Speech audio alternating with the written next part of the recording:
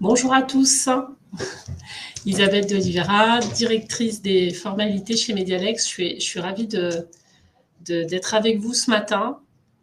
Voilà, je vois que vous êtes déjà nombreux. On va attendre encore une petite minute que tout le monde puisse se connecter.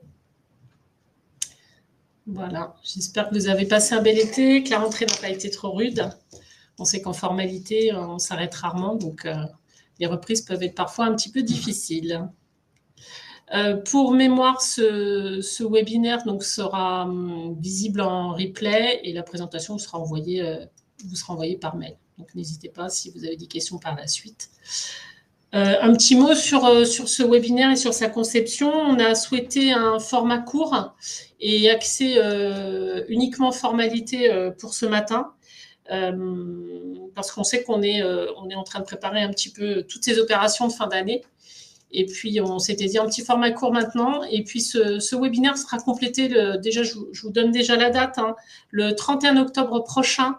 Nous avons la chance de faire un webinaire en partenariat avec le cabinet Fiteco qui viendra nous apporter ses lumières et toute son expertise sur la partie comptable et fiscale. Et donc, il viendra compléter allègrement ce que je vais pouvoir vous dire aujourd'hui avec les quelques éléments vraiment liés aux formalités uniquement. Voilà.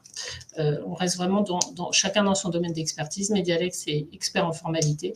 Fiteco est expert sur la partie comptable et fiscale. Je vous propose qu'on commence. Voilà, je regarde un petit peu. Oui, voilà, on est déjà bien nombreux. Allons-y. Alors, comment va se dérouler un petit peu cette intervention? On va faire un petit focus sur la TUP, donc un petit focus sur la fusion simplifiée, et puis on va matcher un petit peu les informations sur vraiment la vision toujours formalité. Et puis, des questions-réponses. Donc, n'hésitez pas, au fur et à mesure de mon intervention, de mettre vos questions sur le chat. J'y répondrai à la fin. Voilà. Alors déjà, quand est-ce qu'on peut passer par la TUP, donc la transmission universelle de patrimoine? Eh bien, quand une société est détenue à 100% par un associé unique, personne morale. Dans ce cas-là, la société ne peut pas faire une dissolution, clôture de liquidation classique. Elle est obligée de transmettre son patrimoine à son associé unique. Elle ne peut pas se radier purement et simplement. Donc, on peut passer par la TUP ou bien par la fusion. En termes de formalisme, et là c'est très important, puisque c'est ça qui va faire la grande différence, notamment sur le choix de la fusion ou de la TUP. Je mets toujours de côté l'aspect comptable et financier, mais en termes de formalité, déjà, vous allez voir qu'il y a une belle différence sur les deux opérations. Sur la TUP, nous allons devoir rédiger une décision ou un PV d'associé unique. Donc ça, c'est assez simple. Un paralegal peut rédiger cette décision. Donc, c'est quelque chose d'assez simple. On va rédiger et publier une annonce légale. Et puis, on va télétransmettre sa formalité ou la confier à un cabinet de formalité. Cette opération de TUP, tout comme la fusion, est soumise à un délai d'opposition. Alors là, la particularité pour la TUP, et depuis le 1er octobre dernier, c'est que ce délai d'opposition court à compter de la parution BODAC. Précédemment, vous vous souvenez, pour ceux qui faisaient déjà des formalités avant, c'était l'annonce légale qui faisait courir ce délai. Et donc, on avait une maîtrise plus importante puisqu'on pouvait choisir sa date de la date de publication. Et donc, une fois qu'on avait la date de publication, on comptait nos 30 jours.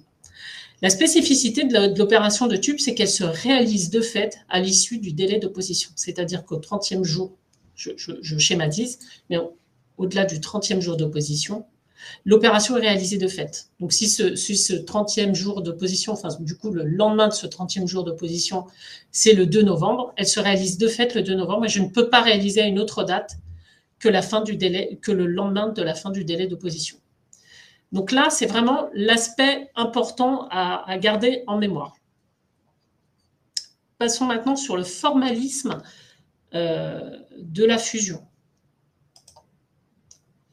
Non.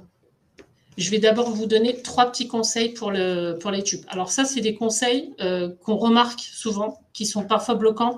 Et donc, c'est notre expertise qui nous fait dire que ça, c'est des choses, si on les valide déjà, ça permet déjà en termes d'efficacité de pouvoir aller au bout. Puisque comme le BODAC, aujourd'hui, il est lancé par le greffe, c'est-à-dire ce que je vous expliquais précédemment.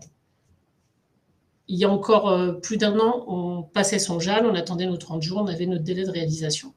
Aujourd'hui, je fais ma formalité, donc ma décision d'associé unique, je fais mon annonce légale, je dépose la formalité, elle arrive au greffe. Le greffe traite la formalité de dissolution par tube, et c'est au moment où il valide cette formalité de dissolution par tube qu'il envoie la demande de parution au BODAC. Ensuite, le BODAC, sous 1 ou 2 jours, peut-être 3 jours grand maximum, il fait paraître l'annonce de BODAC. Et c'est à compter de cette parution qu'on compte ces 30 jours et qu'on a la fin de notre délai d'opposition et donc la réalisation effective de l'opération et la transmission du patrimoine à l'issue de ce délai. Donc, vous l'avez compris, le but, c'est que le dossier, quand il arrive au greffe, il soit traité dans les meilleurs délais pour que cette parution puisse aller au BODAC au plus vite et que le délai d'opposition soit le plus rapide en fonction de vos impératifs. Donc, pour que la formalité puisse être transmise efficacement et traitée le plus rapidement possible, il faut déjà s'assurer, donc c'est notre premier conseil, que le RNE est bien à jour. Ça, c'est très important. On sait qu'aujourd'hui, parfois, il n'est pas bloquant pour la formalité sur GU, pourtant on arrive au greffe et là, c'est bloquant. Donc, première chose, on vérifie que son RNE est bien à jour. Deuxième chose, elle peut paraître anodine, mais je peux vous assurer que souvent, on a le cas. Le CABIS ne mentionne pas le caractère unipersonnel. Alors pourquoi? Parce que la société, peut-être, elle a déjà été créée unipersonnelle il y a un certain nombre d'années, et comme ce n'était pas une obligation, ça n'a pas été mis sur le CABIS et rien n'a été modifié entre-temps. Soit il y a eu des cessions de parts qui ont été actées peut-être avec un dépôt d'acte ou autre, mais pour autant, la mention du caractère unipersonnel n'a pas été portée sur le CABIS. Donc ça, quand la formalité arrive au greffe, c'est un motif de rejet du greffe. Donc, sachez que si le dossier est rejeté, on repart en délai, etc. Donc, on repère dans cette date de réalisation en termes de délai. Donc, très important de vérifier ça. On peut le vérifier assez facilement. On commence par sortir son CABIS quand on fait la formalité. On voit tout de suite si tout est bien à jour déjà sur le CABIS et surtout si ce caractère unipersonnel est bien indiqué sur le CABIS. Et puis, dernier conseil sur la TUP, s'assurer que la dernière déclaration du bénéficiaire effectif est bien à jour. Pourquoi? Parce que le greffe, quand il va traiter la formalité de TUP, il peut aller vérifier la dernière DBE à jour. Et pareil, si ce n'est pas à jour, retour à l'envoyeur, votre dossier est rejeté, vous devez compléter votre DBE, redéposer la formalité. Donc tout ça, ça vous fait perdre énormément de temps. Donc bien s'assurer déjà que ces éléments-là sont carrés dès le départ pour la formalité, ça permet vraiment d'être efficace sur le délai, en fait. J'espère être claire. Parfois, ce n'est pas toujours le cas. Fusion simplifiée. Alors, pour le coup, dans quel cas peut-on passer par la fusion simplifiée? Alors, c'est toujours la même chose. Associé unique détenu à 100%, qui détient 100% des parts et qui est une personne morale, ou parfois, dans certains cas, 90% des cas. Je ne rentrerai pas dans les détails. Si c'est votre cas, il faut aller consulter les textes. Sur le formalisme, alors là, vous voyez, on est sur un tout autre formalisme en termes de pièces à transmettre ou à déposer au greffe.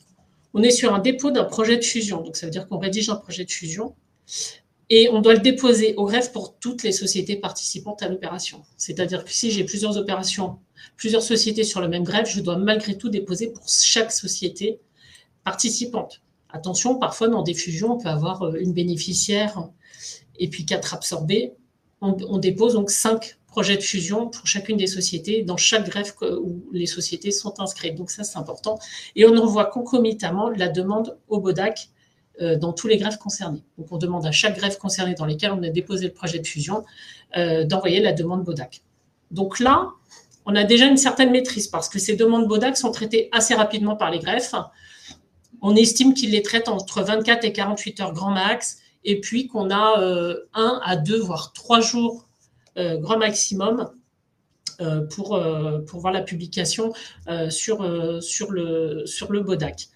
Donc là, clairement, la grande différence, c'est que le délai d'opposition commence à courir à compter de la publication BODAC, comme la TUP, si ce n'est que l'opération ne se réalise pas de fait à l'issue du délai d'opposition.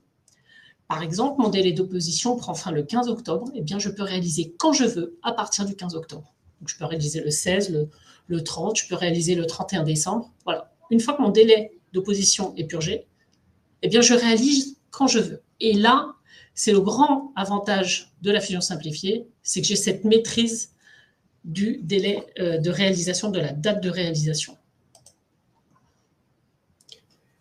Alors, toujours des petits conseils pour que ces formalités se passent le mieux possible, qu'on soit le plus rapide possible sur ces formalités.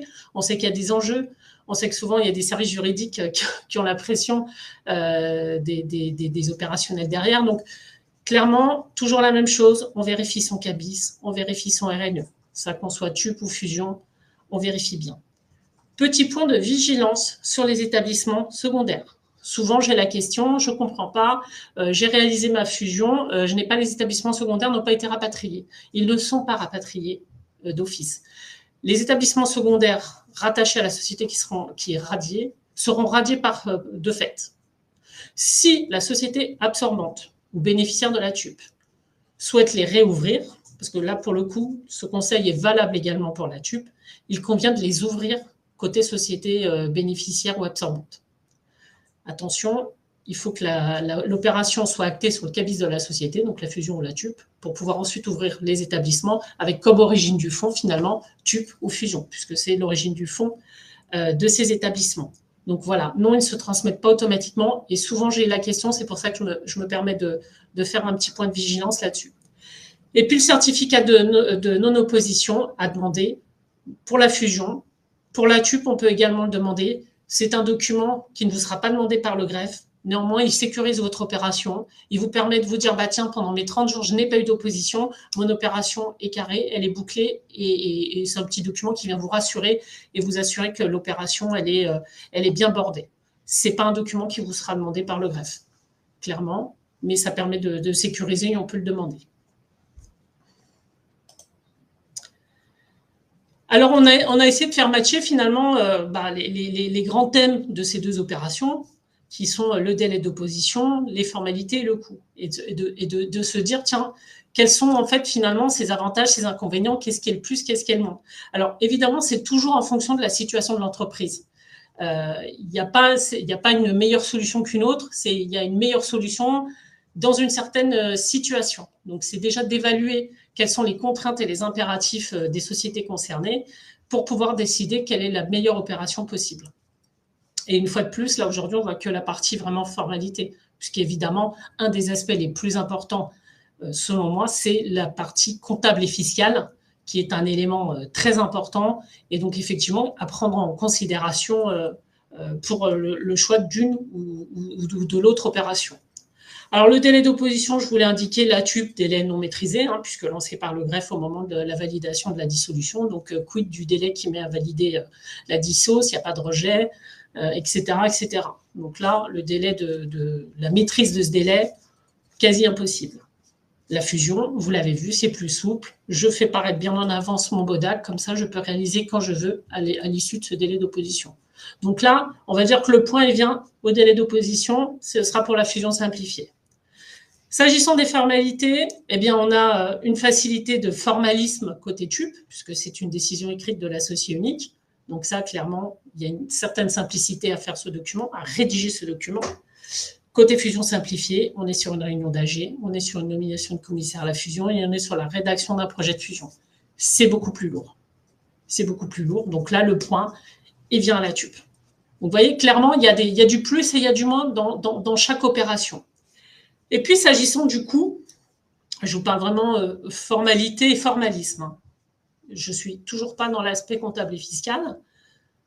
La TUP, je vais rédiger mon PV et puis je vais payer des frais de greffe et puis un JAL. Voilà. Alors que pour la fusion, j'ai payé un commissaire à la fusion, la rédaction d'un projet de fusion, plus les formalités que j'ai payées pour la TUP, donc les frais de greffe et le JAL. Donc, le coût est plus important. J'aurais tendance à dire que là, le point, il revient un petit peu à la TUP. Néanmoins, si j'ai des impératifs fiscaux, comptables, et que ça engendre de nouveaux frais de clôturer après une certaine date, parfois, il vaut mieux avoir des frais plus importants pour la formalité en elle-même parce que ça va nous faire économiser de l'argent fiscalement ou comptablement derrière. Donc, vous voyez, tous les aspects sont à prendre en considération dans ces deux opérations. Il y a du plus, il y a du moins, il y a de la facilité, il y a un petit peu moins de facilité. Voilà, sur l'aspect vraiment purement formalité, j'ai vraiment souhaité vous apporter de façon claire et assez courte, hein, j'avoue, hein, on a voulu un format très pratico-pratique, concis, pour vous dire, voilà, on met sur la table, en termes de formalité, les grandes différences. Maintenant, comme je vous le dis, on aura le 31 octobre, en partenariat avec le cabinet Fiteco, on aura un éclairage plus expert sur la partie comptable et fiscale. Et ça va vraiment permettre de pouvoir décider de l'une ou de l'autre opération. Puisque, une fois de plus, c'est toujours en fonction d'impératifs, de contraintes et d'une situation bien précise. Si vous souhaitez être contacté, vous pouvez cliquer sur le bouton « Déléguer nos formalités ». J'attends quelques minutes que vous puissiez mettre toutes vos questions sur le chat. Et puis, vous avez le QR code pour télécharger notre mémento des formalités. Alors, le mémento des formalités, c'est un peu notre Bible. Vous y avez répertorié les formalités les plus classiques, avec les pièces à fournir, les éléments à transmettre au greffe ou à votre formaliste, et puis quelques conseils. On vous a mis quelques conseils suivant les typologies de formalités. J'attends une petite minute que vous posiez toutes vos questions. Alors, je vois qu'il y a quelques questions. On y va, c'est parti. Alors, première question. Les sirettes des établissements radiés changent-ils après la fusion ou la TUP? Alors oui, les sirettes vont changer puisqu'ils seront rattachés à une nouvelle société qui est l'absorbante ou la bénéficiaire de la TUP. Donc oui, les sirettes seront changées.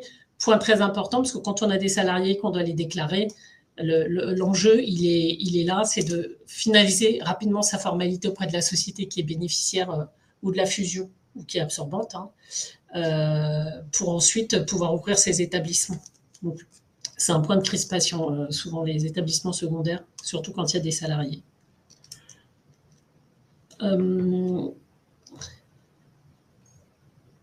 Ils sont bien. Attendez, donc autre question. Le JAL est-il toujours utile, même s'il ne fait pas courir de délai d'opposition? Alors, ce n'est pas qu'il est utile, c'est qu'il est obligatoire. Voilà, le code de commerce n'a pas changé. Le JAL est toujours obligatoire pour cette formalité. Donc, pour déposer votre formalité de dissolution auprès du greffe, il convient de déposer le JAL. Effectivement, il ne fait plus courir le délai d'opposition. Néanmoins, ça reste une pièce obligatoire avec toujours les mentions comme précédemment. Ça n'a pas changé ni sur les mentions, ni sur la présence de ce JAL-là. Les formalités de dissolution par TUP sont-elles traitées en priorité par le greffe? Alors là, j'ai envie de vous dire que ceux qui travaillent avec les greffes savent que c'est oui et non. C'est-à-dire qu'on ne sait pas. Tout dépend du greffe. La réponse souvent, c'est ça dépend. Voilà. Donc, clairement, si vous avez des opérations en TUP, je vous invite à appeler le greffe, à contacter le greffe pour savoir si, au sein de leur greffe, de leur registre du commerce, ils ont une procédure pour les traiter en urgence. Si ce n'est pas le cas, peut-être de signaler que vous avez déposé un dossier sur lequel il y a un impératif. Je sais qu'il y a des greffes qui traitent les formalités, surtout fin novembre, quand c'est la grosse période des TUP, à partir de mi-novembre, on va dire, qui traitent les dissolutions par TUP en priorité, puisqu'ils savent qu'il y a ce délai d'opposition qui doit courir derrière et que c'est eux qui vont le lancer. Toutefois, ce n'est pas le cas de tous les greffes.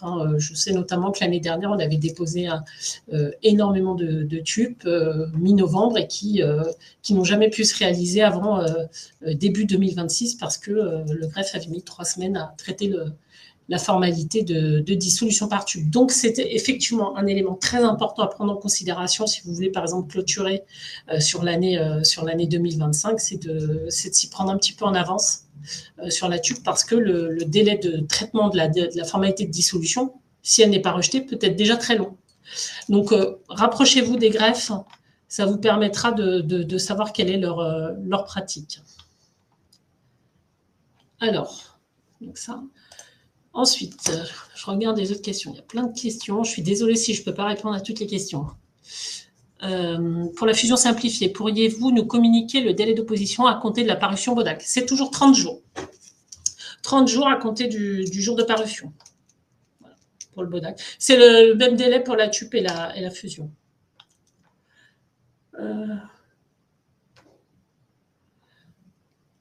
Télécharger, donc je vois qu'on vous a mis le lien pour télécharger Memento. Est-ce que le certificat de non-opposition est toujours fait par courrier? Et réponse reçue par courrier ou est-ce dématérialisé? Non, effectivement, je réponds à Sophie. La demande se fait toujours par courrier ou directement au greffe, hein, mais vous pouvez déposer la demande au greffe, ce ne sera pas délivré au guichet. Mais effectivement, le retour avec une enveloppe timbrée, c'est toujours par courrier, il n'y a toujours pas de solution dématérialisée, notamment sur ce type de demande. C'est un petit peu dommage. Le greffe a demandé de requalifier en TUP la dissolution d'une filiale française d'une société mère américaine. Pourquoi? Là, je n'ai pas suffisamment d'éléments pour vous répondre. Il faudrait que j'en ai un peu plus. Mais la dissolution d'une filiale, je ne peux pas vous dire. Là, comme ça, avec si peu d'éléments, je ne peux pas vous répondre.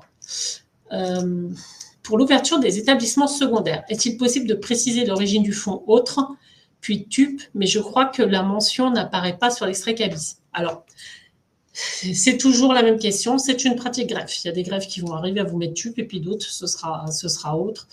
Mais clairement, l'origine du fonds, quand on reprend des établissements suite à TUP, ça ne peut être que TUP. Donc, et ça doit être précis. Là, une fois de plus, il faut se rapprocher du greffe si besoin. Peut-on faire une TUP avant la clôture du premier exercice social de la société TUPée? Pour moi, je vois là, ce serait plutôt une question à poser lors de notre prochain webinaire du 31 octobre. Parce que pour moi, là, en termes de formalité, je ne vois pas la difficulté. Sans doute, il y en a une comptablement, fiscalement. On se note la question éventuellement pour le prochain webinaire et en espérant y répondre, Jennifer. Est-il possible d'avoir le PDF de votre présentation? Oui, vous sera envoyé à l'issue de cette présentation. Comment obtenir l'adresse mail des greffes pour demander la publicité au BODAC? Bonne question. Alors, vous pouvez passer par mail, mais il faut payer le BODAC. Donc, soit vous avez un compte au greffe et vous pouvez passer par mail dans certains cas, si le greffe l'accepte. Sinon, c'est par courrier. Et donc, dans le cas des fusions, hein, quand vous faites votre demande de BODAC, c'est le formulaire de fusion. Accompagné de votre règlement. Il y a un règlement entre 10 et 12 euros, je crois, pour chaque parution BODAC. Et donc là, il faut évidemment envoyer le chèque avec la demande de parution. Il n'y a pas de règlement en CB ou en ligne de prévu.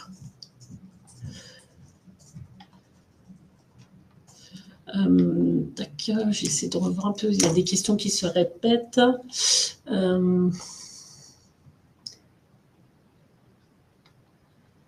Je vais vous mettre à disposition. Alors, je vois plusieurs fois la même question. C'est bien, finalement, c'est que c'est les mêmes questions qui reviennent. Toujours le CNO dématérialisé, non, toujours pas. Écoutez, je pense avoir répondu à l'ensemble des questions. Je regarde. N'hésitez pas. N'hésitez pas. Ça, c'est... aussi, j'ai vu, je crois, une question sur le... peut-on tuper une SA devenue à associé unique? À partir du moment où elle est associée unique, elle l'est dans un instant T, je ne vois pas la difficulté, parce que une société commerciale associée unique, à mon sens, elle ne peut pas passer par autre chose qu'une TUP. Donc, je ne vois pas la difficulté. Je vais me renseigner, je reviendrai vers vous, Cyrielle, si ce n'était pas le cas, mais parce que des formalités sur les SA, on en fait vraiment très, très rarement quand même. C'est pas une forme juridique très, très courante. Comment mettre à jour le CABIS de la société absorbante lorsque la fusion est effective? Je rencontre des difficultés sur le guichet unique. Ah oui, vous parlez d'ajouter la mention qui fait référence à la fusion, j'imagine. Comment mettre à jour le CABIS de la société absorbante? Ouais, il faut passer par une mention en observation avec le guichet unique, c'est pas évident. C'est pas évident, j'en ai pas fait récemment. Je reviendrai vers vous, Clémentine. Ouais, Clémentine, je reviendrai vers vous. Je sais qu'on a rencontré des difficultés, mais pour moi, le point, il était résolu. Donc, après, avec le guichet unique, on sait toujours que c'est pas forcément très intuitif et c'est pas forcément là où on pense aller pour faire la formalité que c'est le bon chemin finalement. Y a-t-il une obligation d'aligner les dates de clôture entre les deux sociétés? Là, pareil, hein, Jennifer, je pense que là, c'est un sujet aussi comptable et fiscal. Donc là, je peux pas vous répondre. Là, je suis pas dans mon cœur de métier et je veux pas vous dire de bêtises. Donc, je laisserai le cabinet Fiteco répondre sur ce point. Bien, écoutez, il est déjà 10h56. Notre webinaire va prendre fin. Je vous remercie à tous pour votre participation. J'espère avoir répondu à vos questions.